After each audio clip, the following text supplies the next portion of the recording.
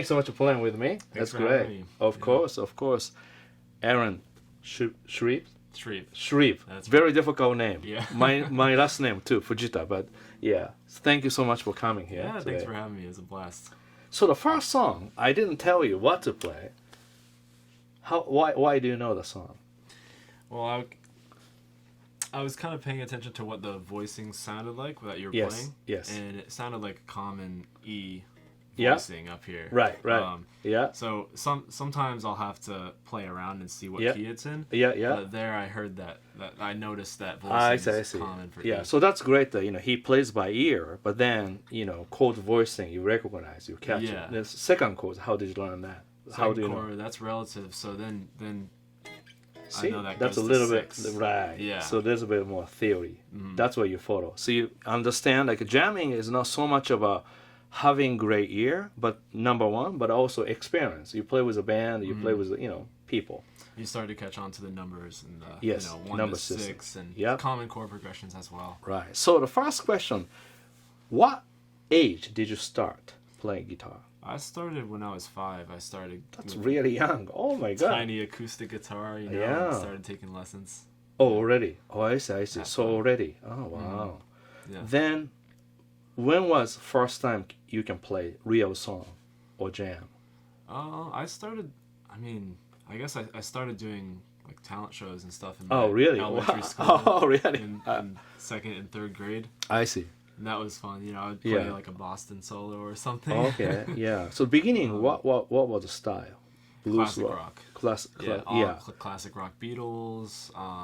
That's great. Thin Lizzy, even Boston, Led Zeppelin. And after that, how make you play differently, like a little jazzy or a little bit more, other than classic rock? Yeah, that when I started getting into my teenage years, I started like wanting to hear some different kinds of music, and I got really into blues.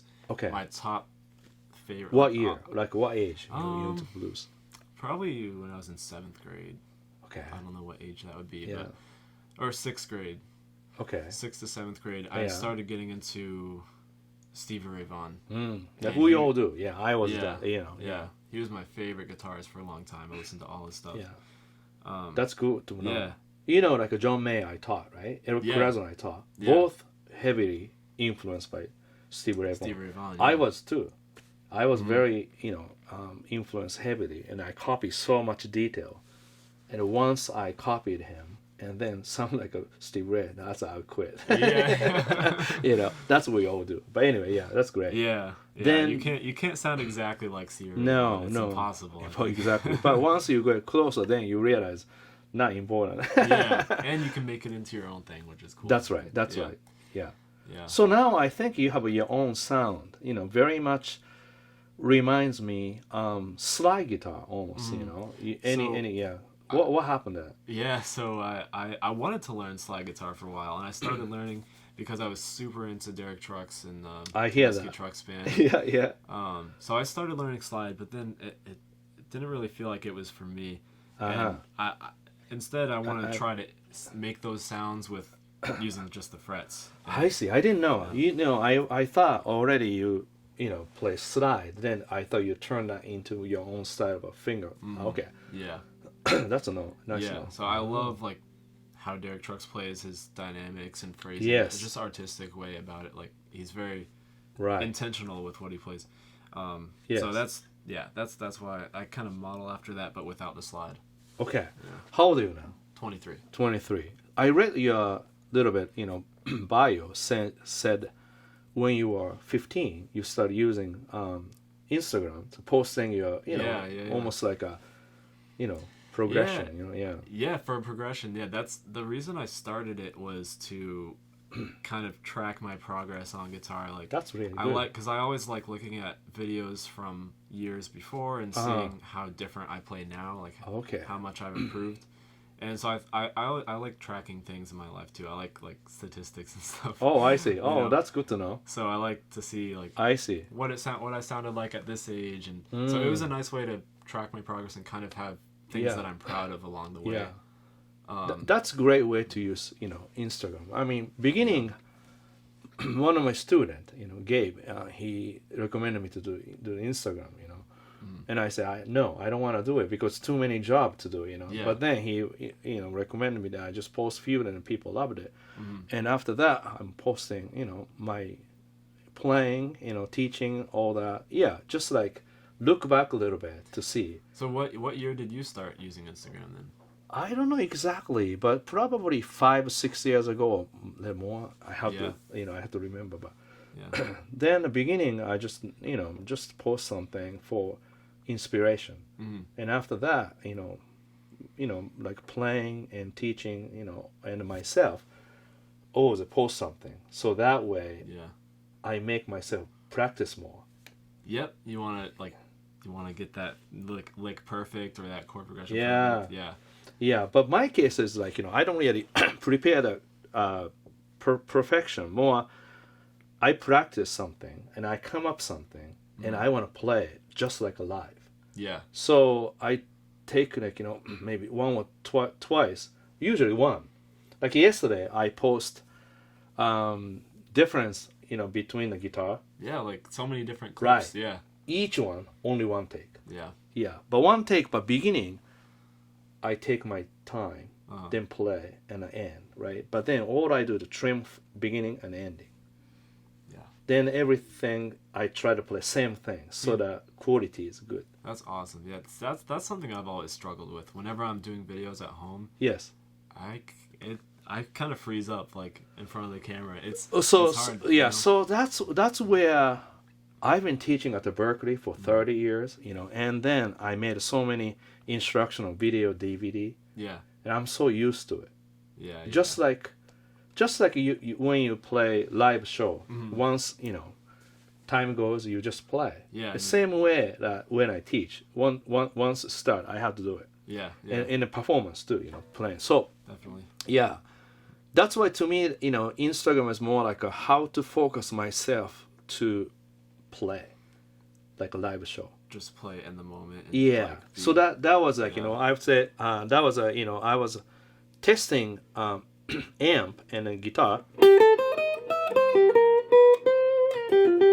Something like that I play. And then after that, I play a few times. I remember the lick. Then I play one guitar. I play different guitar, and I play 4 different, clips. Yeah. Like that. All one time through. Yeah. One time through, yeah. So that way, I'm focused on it. And for example, sometime, right, during that, I have difficult time. Then, great sign that I have to practice. So that's then why. You turn the camera off and practice. Yeah. Okay. So in other words, I'm not always thinking about posting something. Yeah. Sometimes I'm away from phone. I just, because not healthy to think too much about that. No. Yeah, it messes with you. Right. Yeah. Because the main thing is you live moment. Yep. Moment, and you enjoy what you do. But that's more like supplemental, choices. So a lot of young people sometimes use this a little too much. Like means like too much comparison. Yeah. Too much worry about somebody else playing better than you. Yeah. But always somebody play better than you. Yes. Me, So don't worry about that. There's always going to be someone better. Exactly. Yeah. But I think me and you, we have similarity. Different career, different experience, but you are making a living with your music. I think that's most significant, amazing thing that you have done. And thank you. Amazing to me. Don't you think? Yeah, that means a lot. Thank you. Yeah. Well, I'm very grateful to be able to do it, and Yes. I've definitely gotten lucky with some of the things, but of course, me too. Of course, we all are lucky some parts, but then idea is when you're lucky, you prepared before. Yes. That's why he got gig. He has something. Otherwise, not bad idea, but sometimes you still have to do regular day job to other end meets. Yeah. So I'm lucky too. Combination of playing, teaching. Now I have a guitar wisdom that really helping my Did you, when you were in Japan, did you perform full time, or did you ever perform full time, or was that always Oh yeah. So so that's like like a kind of long story because I have so many things. But it's interesting part is when I was 16, 17, I kind of gave up about guitar because everybody said music is not great thing to pursue. So my plan was just a regular college to go. Maybe 2 years I can go to Berkeley, come back. Like that was the idea. What did you study then? At the regular college. I know it's a long story. Russian. I studied Russian. Russian? Yeah, just because Russian language was back then, from my researches, great opportunity to do trade with that, translation, trade. Yeah. So most money I can make after the college. That means I have more free time to play guitar as a hobby. Yeah. So that was my original idea. That's cool. I didn't know that. Right. But then I found somebody who just got the scholarship back then. Mm-hmm. Then I asked him a lot of questions. That time I was between 18 and 19. Yeah. Then I played funk band, my own, as a hobby again. But so as a hobby, I played professional level. Yeah. But I never ever thought I'm going to that direction. But then I sent scholarship tape, and I got full scholarship. That changed my tape. Yeah, and there's your open opportunity. Right. Yeah. Exactly. Awesome. Now after that, I came here, graduated Berkeley, teaching, playing, everything else. Then I might make a living. Yeah. Yeah. That's cool. Yeah. Usually you don't end up.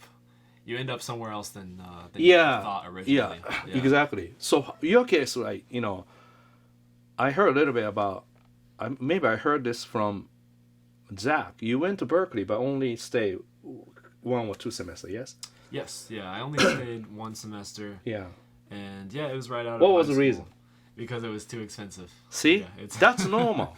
See, this is normal. I was lucky because I got full scholarship through Berkeley and then from Japan, Mm-hmm. So, I mean, if I didn't get the scholarship, it's the same situation. I probably went to 1 semester, I had to quit to figure it out. Yeah. Sometimes I think about going back and seeing if I can get a bigger scholarship or a full ride, but... I see. Yeah. Yeah, it's possible. Yeah. But after that, how did you deal with?